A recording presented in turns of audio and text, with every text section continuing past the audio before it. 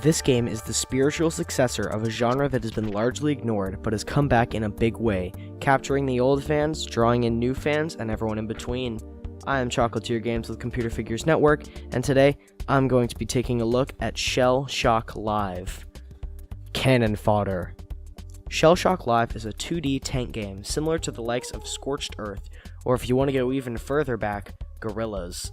You play as a tank trying to destroy other tanks and sometimes targets. Simple, right? Not exactly. SSL is chock full of customization with items, new bullets, and when playing the multiplayer, various obstacles that appear on each turn.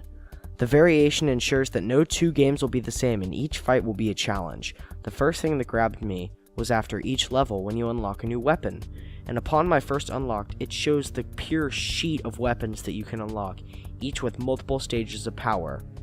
This was at first a bit overwhelming, but I soon came to look forward to each upgrade. Whimsy. SSL doesn't take itself too seriously in the weapons department. I can launch my standard bullets, or I can launch cats, or I can fire bananas at my enemies. And this was a bit silly at first, but then falls a bit flat throughout the game. The rest of this game doesn't match the humor. My biggest suggestion would be that they add a little sort of "damn you" that the tanks give off before they die in Scorched Earth. Something like that would help keep the humor consistent throughout the game instead of just feeling like an afterthought. HD Neon.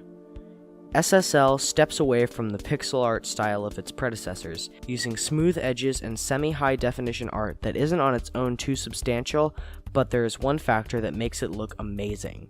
The lighting in SSL is some of the best lighting I have seen in a 2D game, and it is on everything. The bullets, the tanks, the barriers, their power-ups, the supply crates, everything has this superb glow that makes everything pop and stand out from other objects. This distinct look is awesome and really shows off how lighting can make a game great. Ready, aim, fire. The game's controls fairly well and intuitively, instilling total noobs like me with false confidence. Until you get to the multiplayer, that is. You control with a hybrid of A and D for your movement and the mouse for aiming. I was very concerned that SSL would rely on arrow keys for aiming, and I'm glad that isn't the case.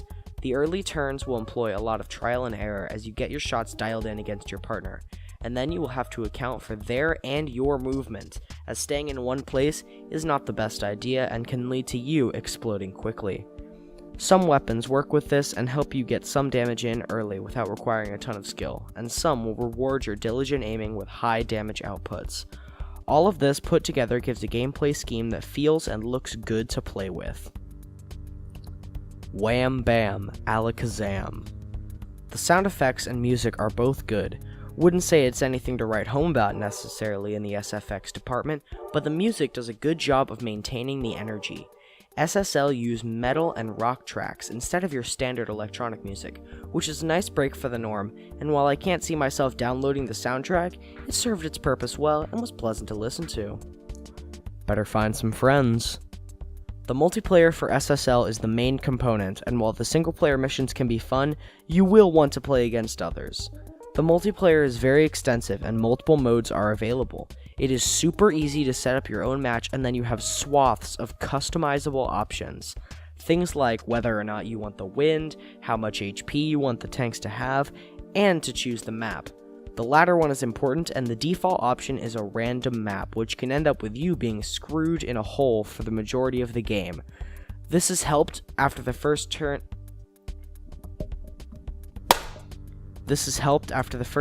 turns, when, provided you don't die, the terrain levels a bit and each player gets a supply crate of weapons.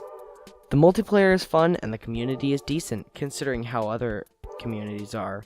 Overall, ShellShock Live is an entertaining experience, revitalizing a long-dead genre with just the right improvements. The humor fell a bit flat and the SFX were boring at times, but the art style, lighting, and gameplay were superb. Pack that in with loads of customization and replayability, and you get yourself an 8 out of 10 game with a label of hectic. If you like these reviews and want to help support me, consider a small monthly contribution via Patreon. For just $1 a month, you can make things like these reviews continue to happen. If you like this video, leave a like and subscribe for more, and I'll see you next time. Bye-bye!